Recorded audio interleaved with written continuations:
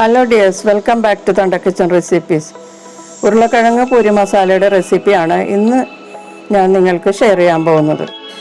വളരെ സ്വാദിഷ്ടമായിട്ടുള്ള ഈ പൂരി മസാല പൂരിക്ക് മാത്രമല്ല, നമ്മൾക്ക് ചപ്പാത്തിയുടെ കൂടെയും ദോശയുടെ കൂടെയും ഒക്കെ കഴിക്കാൻ പറ്റിയ നല്ലൊരു സൈഡ് ഡിഷാണ്. വളരെ എളുപ്പത്തിൽ ഉണ്ടാക്കുകയും ചെയ്യാം. വ്യത്യസ്ത രുചിയാണ് ഇതിന്. നമുക്കിത് എങ്ങനെയാണ് ഉണ്ടാക്കുന്നതെന്ന് നോക്കാം. ഇതിലേക്ക് നമുക്ക് തക്കാളി വേണം, പച്ചമുളക്, വെളുത്തുള്ളി, ഇഞ്ചി, സവാള വേണം, കുറച്ച് കറിവേപ്പില വേണം. പിന്നെ വേണ്ടത് ഉരുളക്കിഴങ്ങാണ്. അത് ഞാൻ 3 എണ്ണം എടുത്തിട്ടുണ്ട്. നല്ല വലിയ ഉരുളക്കിഴങ്ങാണ് എടുത്തിരിക്കുന്നത്. ഇത് നന്നായിട്ട് ബോയിൽ ചെയ്തെടുക്കണം. ബോയിൽ ചെയ്ത് നന്നായിട്ട് വരുമ്പോൾ ഇത് പൊട്ട് വീഴും. ആ സമയത്ത് നമ്മളിത് എടുക്കണം. എന്നിട്ട് ഇത് നന്നായിട്ടൊന്ന് പൊടിച്ചെടുക്കണം.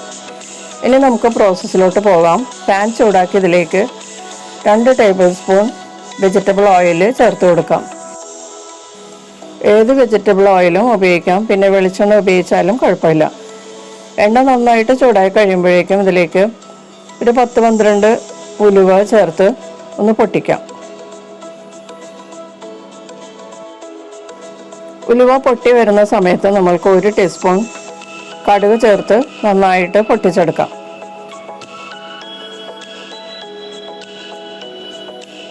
കടുക് പൊട്ടിക്കഴിയുമ്പോൾ ഇതിലേക്ക് വേപ്പില ചേർത്ത്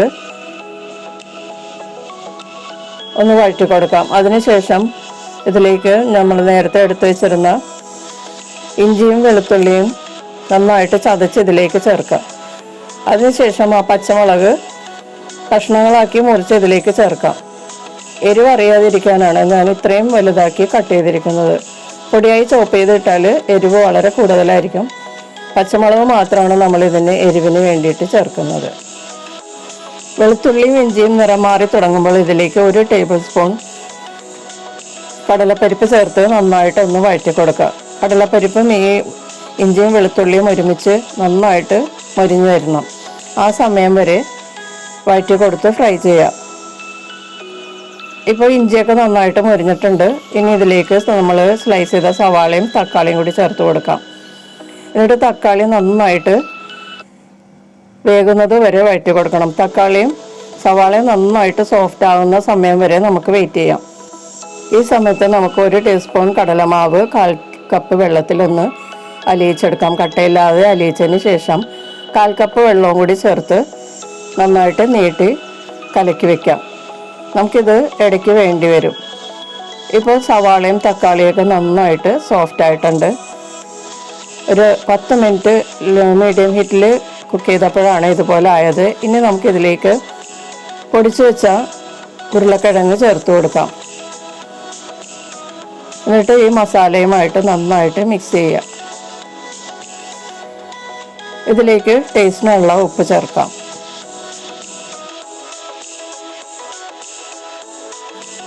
ഉപ്പ് ചേർത്തതിന് ശേഷം നന്നായി മിക്സ് ചെയ്യുക. അതിനുശേഷം കുറച്ച് കൂടുതൽ വെള്ളമിട്ട് നന്നായിട്ട് നീട്ടിയെടുക്കുക. ഞാനിപ്പോൾ 2 കപ്പ് വെള്ളം ഇതിലേക്ക് ചേർക്കുന്നുണ്ട്. എന്നിട്ട് നല്ലതുപോലെ ഈ മസാലയുമായിട്ട് മിക്സ് ചെയ്യാം. മിക്സ് ചെയ്തതിന് ശേഷം മൂടി വെച്ച് 5 മിനിറ്റ് മീഡിയം ഹീറ്റിൽ നല്ലതുപോലെ തിളപ്പിക്കുക. 5 മിനിറ്റ് നല്ലതുപോലെ തിളക്കണം. 5 മിനിറ്റിന് ശേഷം തുറന്ന് നന്നായിട്ടൊന്ന് മിക്സ് ചെയ്ത് കൊടുക്കുക. ഉണ്ടോ, നല്ല ഉരുളക്കിഴങ്ങിൻ്റെ ഗ്രേവി നല്ല തിക്കായിട്ടുണ്ട്. ഇനി ഇതിലേക്ക് നമ്മൾ നേരത്തെ റെഡിയാക്കി വെച്ചിരിക്കുന്ന കടലമാവ് കലക്കിയത് ഇതിലേക്ക് ചേർത്ത് കൊടുക്കാം. അതിനുശേഷം 2 മിനിറ്റ് ഇതുപോലെ തുടരെ ഇളക്കി കൊടുക്കാം.